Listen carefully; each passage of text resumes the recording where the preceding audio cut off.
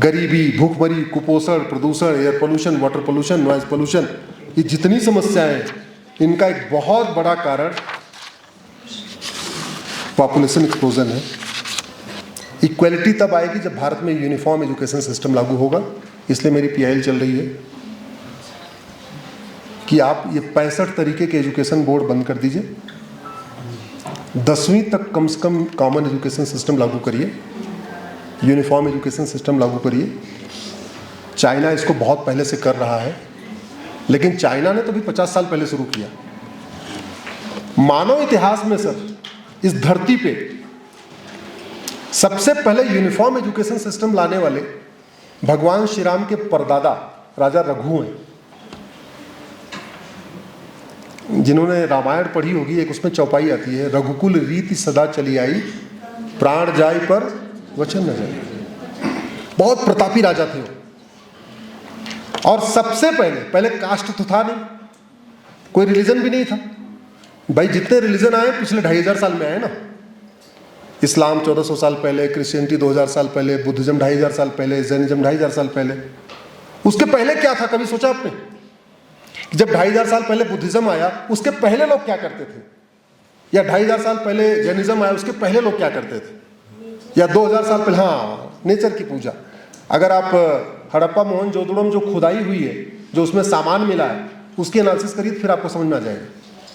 हड़प्पा मोहनजोदड़ो की खुदाई में सामान क्या क्या मिला था? शिवलिंग मिला था, नटराज की मूर्ति मिली थी, हवन कुंड मिला था।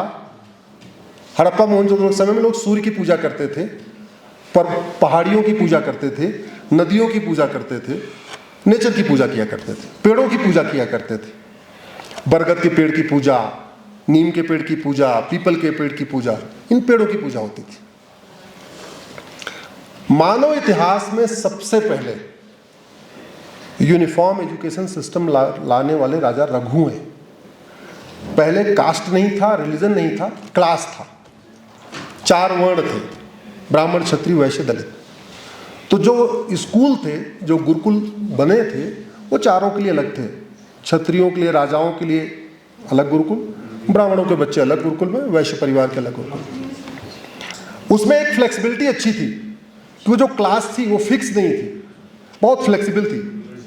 मतलब ब्राह्मण का लड़का, उसने युद्ध कला सीख लिया तो क्षत्रिय हो गया, क्षत्रिय का लड़का बिजनेस करना सीख लिया तो वैश्य हो गया। ऐसे फ्लेक्सिबल था पूरा। मतलब सगे भाइयों में भी एक ब्राह्मण कहलाया, एक क्षत्रिय कहलाया। भगवान श्री राम के पिता क्या नाम था? राजा। और एक और भी थे, विश्वामित्र।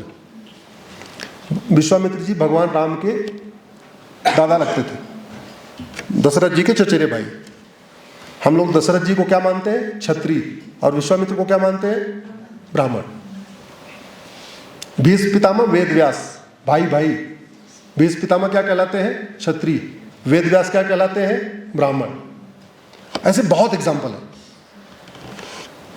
यूनिफॉर्म एजुकेशन सिस्टम राजा रघु ले आए थे, और उसका नतीजा ये हुआ, गुरुकुल कॉमन हो गया, चारों वर्णों के बच्चे साथ में पढ़ने लग गए। राजा दशरथ जिस गुरुकुल में पढ़ रहे थे, उसी में सुमंत पढ़ रहे थे। सुमंत थे मल्लाह के लड़के, बोटमैन, नाविक। लेकिन दोनों साथ ही साथ पढ़ते थे, तो दोस्ती हो गई। तो जब दशरथ राजा बने तो उन्होंने सुमंत को अपना महामंत्री बना दिया, चीफ मिनिस्टर बना लिया, सबसे मुख्यमंत्री अपना बना लिया। अगर ये कॉमन एजुकेशन सिस्टम नहीं होता तो दशरथ और सुमंत की दोस्ती होती क्या? जोर से बोलिए। नहीं। तो सुमंत उनके महामंत्री बन पाते क्या? नहीं। इक्वलिटी का सबसे अच्छा तरीका, और कॉन्स्टिट्यूशन का आर्टिकल 16 कहता है इक्वल अपॉर्चुनिटी। इक्वल अपॉर्चुनिटी तभी आएगी जब कॉमन एजुकेशन सिस्टम होगा, जैसा चीन में है। इक्वल अपॉर्चुनिटी तभी आएगी, जो किताब लद्दाख में पढ़ाई जाएगी वही लक्षद्वीप में पढ़ाई जाएगी, वही बंगाल में पढ़ाई जाएगी, वही गुजरात में पढ़ाई जाएगी। भाई मैथ का सिलेबस पूरे देश का एक हो सकता है कि नहीं? जोर से बताइए। फिजिक्स का एक हो सकता है कि नहीं?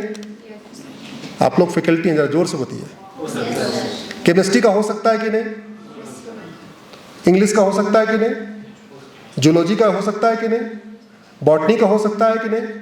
तो बचा क्या? नीट, जेई, नेट का कल पेपर हुआ, सब कॉमन ही है। इसलिए मैंने पीएल फाइल किया कि भारत में जो 65 एजुकेशन बोर्ड चल रहे हैं, 65 तरीके की किताबें चल रही हैं, इनको मर्ज करके one nation one education board लागू किया जाए, वन नेशन वन सिलेबस लागू किया जाए, वन नेशन वन करिकुलम लागू किया जाए।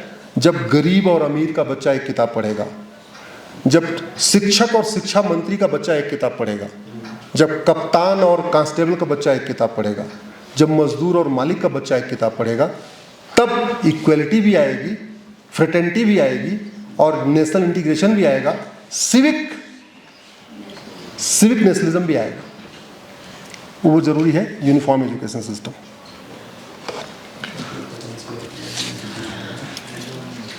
एक आपने बोला सर करप्शन। मेरे हिसाब से भारत की दो ही प्रॉब्लम है, एक करप्शन, दूसरा पॉपुलेशन। अच्छा, जितना करप्शन भारत में है इतना जापान में है क्या? इतना सिंगापुर में है क्या? तो भारत में क्यों है? मे भी हो सकता है, बट यहाँ तो बिल्कुल ही बेसिक नहीं हुआ, नहीं है, नहीं है, बिल्कुल नहीं है। यहाँ तो हर चीज में ही है। हो सकता है मे भी टॉप लेवल। अब आइए करप्शन की तरह वाई एनालिसिस करते हैं।